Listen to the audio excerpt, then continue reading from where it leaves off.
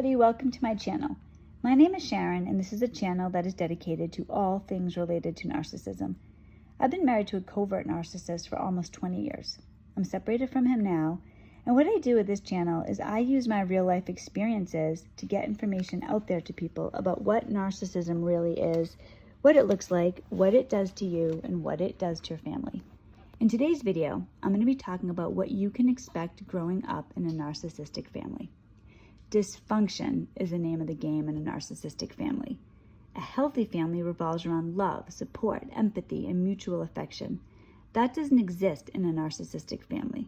What you can expect in a narcissistic family is secrecy, neglect, fear, and unrealistic expectations, just to name a few. In today's video, I'm going to delve into the reality of growing up in a narcissistic family. When I say a narcissistic family, it's a family where at least one of the parents is a narcissist. Typically, the other parent is going to be absent or codependent, and that sets up the kids for a whole world of trouble. In a narcissistic family, the narcissist is the ruler. Everyone else is afraid of and encouraged to be afraid of the narcissist. If the narcissist isn't happy, it's going to get real fast. So in today's video, I'm going to talk about some unspoken rules in a narcissistic family. The first one I'm going to talk about is rage. Rage is normalized in a narcissistic family. It isn't healthy or normal for people to go into frequent rages. In narcissistic families, the narcissist rages regularly. Narcissists are angry people without a filter. Everything is about how they feel. So I grew up in a narcissistic home, and I grew up feeling terrorized. In my family, everybody had a mission, and it was not to upset Dad. So when I was 10, I got a C on my report card. So I come home with this report card and my mother flipped out. She was so freaked out. Now, she wasn't worried about my academic performance. She was worried about my father's reaction to my academic performance. So she had me just sit in this chair and I just had to wait there. 2 hours later, he comes home and he came home and she showed him this report card. He flipped. This is the first time I ever remember him being mad like this. So I don't know if he was mad like this at other times and I just didn't remember it, I just kind of pushed it away, or if this really was the first time he was mad like this. He started screaming at me. You're an idiot, you're stupid, you're a loser, you're pathetic, you're never going to amount to anything, you're a disgrace, on and on. Then he went to my room and he trashed my room. He took everything off the walls, he broke stuff, he overturned drawers, he destroyed furniture, he took everything off the bed. Then I had to go and clean up the room while he was standing over me, yelling and screaming the same type of thing, how horrible I was, and on and on. Finally, I went to bed. A couple hours later, it was still dark. He barged into my room, kicks open the door, pulls the blanket up, and get up. You're doing schoolwork right now. I do schoolwork every morning before school. Then he went to the library and he got these library books out. I had to sit with him on the weekends and do schoolwork with him while he's telling me, you know what, you're just such a disgrace. I have better things to do than waste my time with this, but you're so stupid and I'm not going to let you bring the family down. I mean, I was 10, but this is how my father was. This is the type of environment I grew up in. My mother let this happen. So growing up like this, it's no wonder that I ended up marrying a narcissist. I mean, there really are consequences to this type of behavior.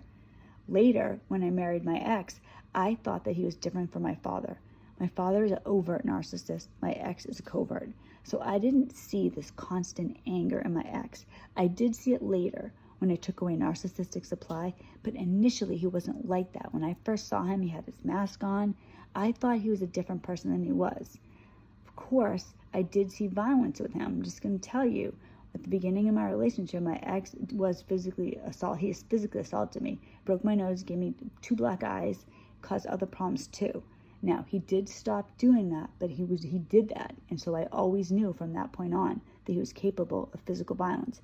He mainly kept the physical violence to himself after that.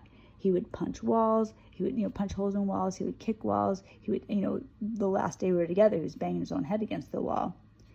They're violent to themselves and violent to you. Now, I want to give a warning to everybody. A couple of years ago, I spoke to my pastor, and one of the things I was talking to him, the main thing I was talking to him was my husband's alcoholism at the time. And he asked me at that point, he's like, Sharon, has he ever punched walls? Has he ever punched a hole in a wall? And that was the most normal thing in the world to me. Yeah, he's done that. I mean, he actually went to the hospital one time and thought he broke his hand. And my father did this too. So he said to me, my pastor, he's like, listen, Somebody who does that, that is a major red flag that they could become physically violent. Now, my ex had already been physically violent, so I was already aware of this, but I didn't know that somebody who punches walls, that means that they're very prone to physical violence. So if you are in a relationship with somebody who is punching walls, please be advised. This is somebody, because a narcissist already does not have a conscience, so they're not really caring about anybody else. They react off their anger instantaneously. There's no filter. They're not thinking about it. They're not worried about being a good person. They will just react. And if they want to hit you or abuse you in some way, they will. And if they're punching walls, that means that they are more likely to do that than other people. So I'm asking you to please keep that in mind. Now, another thing when it comes to these families is that appearance is very important, especially overt narcissists. They want a good-looking family. Now, in my father's opinion, which of course is the only relevant one in my family, he likes women thin. The thinner, the better. So when I was in high school, I had an eating disorder. I'm 5'3", I weighed 80 pounds. My father thought I looked good, and he would compare me to my mother all the time, and he would say to her, "Oh, why can't you be thin like Sharon? Look how Sharon takes care of herself. Sharon, you'd never let yourself get fat, would you? Look at this. She looks so good." I was dying of anorexia. The school got involved in this, and they told my parents I need to see a doctor because I was so skinny. They were very worried about me. And my father was livid. How dare the school get involved? Who do they think they are? They don't have anything to say about how I raised my family. So then he told me, he's like, if they say anything to you, you just tell them that you're seeing a doctor. Just tell them whatever they want to hear. I don't care. I don't want them involved in our life. You look good. Just don't worry about that. So that's what I did. The principal would call me down to his office, and he'd be talking to me, and he'd say things like, "So what did you eat for dinner last night? How's your relationship with your family? Can you tell me a little bit about what you eat?" Like that type of thing. And I would just lie to him. And I don't know if I kind of doubt he believed me. This started when I was a sophomore in high school, and he talked to me periodically up through when I graduated. So, I did have caring people in my life, but I was mainly influenced by my parents. So I had an eating disorder until I left home. It wasn't until I was an adult, already out of the house, I was living in another state, that I finally got a handle on it. But when I was living with my parents, I was encouraged to be thin. Even today, my parents deny that I had an eating disorder. My parents get very upset because, and this is actually one of the other things I'm going to talk about, is denial. They deny what has really gone on. There is major denial of what they've done. I never let my kids, well, I shouldn't say never, rarely let my kids sleep over their house when they were younger. They always wanted my kids over. I didn't want them over because I didn't want my daughter influenced by my father's negative views on women's appearance. It really bothered me. I grew up, I knew what had happened to me growing up, and it affected me drastically. I couldn't eat normally till I was well into my 20s. So I didn't want my daughter having that type of experience. So I did not let her go over there that often to have sleepovers, be over there by herself, because I knew they would start, like, when it came time to dinner or things like that, they would start talking about food and diet and how girls should look. So my mother gets mad about that, or she used to. My kids are older now.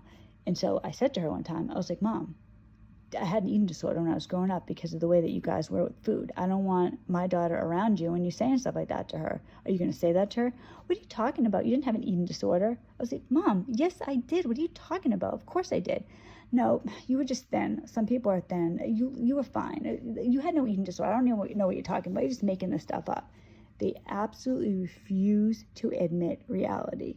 So when I told her this with my daughter, she couldn't say, "Oh, you're right, we made some mistakes," or "we've changed." No, it was, "You're wrong. You didn't even have an eating disorder." They absolutely refuse to acknowledge reality.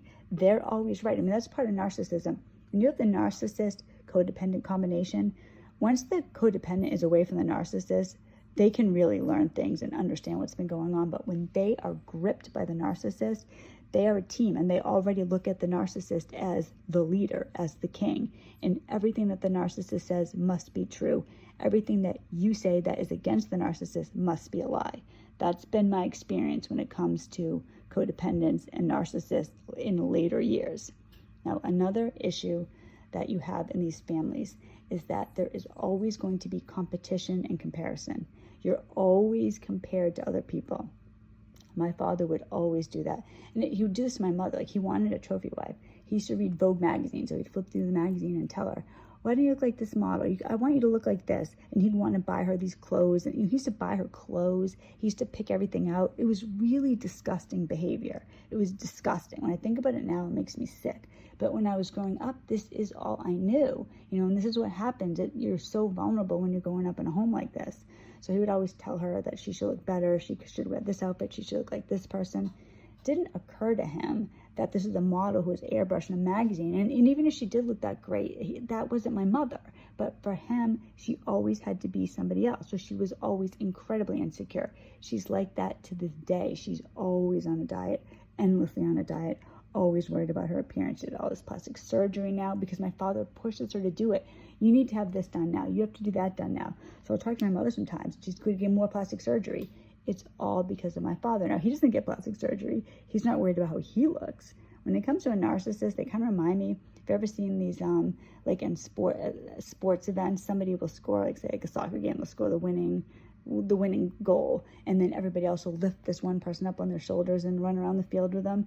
That's what the narcissist wants. They want to be that person up. Everyone else is below them. Everyone else, their job is to support the narcissist's grandeur. So that's what they want. Everyone runs around with a narcissist on top. That's exactly what they think they should be. If you think about biblical times with Pharaoh, they want to be Pharaoh, ultimate ruler. Everybody does exactly what they say. Nobody else matters. And if you upset the narcissist, or if you upset Pharaoh, he'll just have you killed. Narcissists rule with an iron fist. Everything must go their way, and it never ends. They don't mellow out with age. A lot of people mellow out with age, not a narcissist. So the last thing I'm going to talk about is love. Love doesn't exist in a narcissistic home. Children grow up with no love. Everything is conditional. There's no privacy for children, and there are extreme expectations. They are the norm. It's a tragedy for somebody to grow up in a narcissistic home. It's been a deep sorrow of mine that I tried so hard to get away from my family and have a different experience for my kids, and I ended up marrying a narcissist. For my kids, luckily, thankfully, they weren't with their father as long as I was with my father, and I'm hoping that makes a difference. My son was 12, my daughter was 15, so they haven't been with their father for some of their formative years, but they were there for a long time. Other thing is that because my ex is a covert narcissist, he wasn't a real involved father to begin with. My father was very involved. He was very in your face. He was always telling you stuff. My ex is kind of an absent father, so I'm hoping this makes things a little bit easier as we move forward. But at the same time, my kids are affected by this. They don't have a father. Kids that grow up in homes, in narcissistic homes, typically become one of two things. Either they become narcissists themselves and they create that home for their own family, or they become codependent and continue being submissive and abused throughout their life. I couldn't wait to move out when I was growing up. That's all I wanted to do was get away. But because I wasn't healed from the things that had happened, I ran away and right into the arms of another narcissist. So it's crucial to understand what's going on and take the time to recover. It's possible. It's doable. It's likely you can do this. Once you know what's really going on, you can change everything in your life. You could start completely over. And I know starting completely over isn't the greatest thing, but it is if you're with a narcissist. I really look at it like I'm not divorced from my ex yet. Once the divorce is over, if I stand there with absolutely nothing but my freedom, I will be ahead of the game. I'm in my 40s. If I have to start over in my 40s, I have to start over in my 40s. I'll be free. And I have control over my children, and I am the influence over them now. So he doesn't have an influence over them. He doesn't have an influence over me. He doesn't get to say anything. So I know my kids are at a disadvantage because they don't have a father. However, I really believe it's better to have no father than to have a bad father. So my kids, myself, we're starting over. And I encourage everybody else to do that too. I mean, yeah, it'd be better if we weren't with narcissists and everything was perfect. But that would be like being my parents, right? My mother telling me you didn't have an eating disorder. Yes, I did. I can't sit here and say, well, my ex really isn't a narcissist. No, he's not that bad. I think I'll get back together with him. He's told me he's going to change. Once you know the truth, you need to have the inner strength, the inner resolve to get your life on track, because you can. The narcissist can't. The narcissist is always going to be a narcissist. That's just the reality. but we can move forward. It takes courage, it takes strength, but it's absolutely there. All we have to do is reach out and take it, accept what has happened, understand our limitations and the realities, and move forward. We all can have a beautiful life, and that's what I'm going for, and I hope all of you are too. Thank you so much for watching this video. Thank you for watching my channel. I'm really grateful. I'd appreciate it if you haven't subscribed already to please subscribe to the channel. I have some fun stuff coming up next week. I'm hoping it's going to be next week. I'm going to be doing an interview with a subscriber, so stay tuned for that. And if all goes well, I'll have a video out Wednesday, and I hope everybody has a great week. Thank you, and God bless.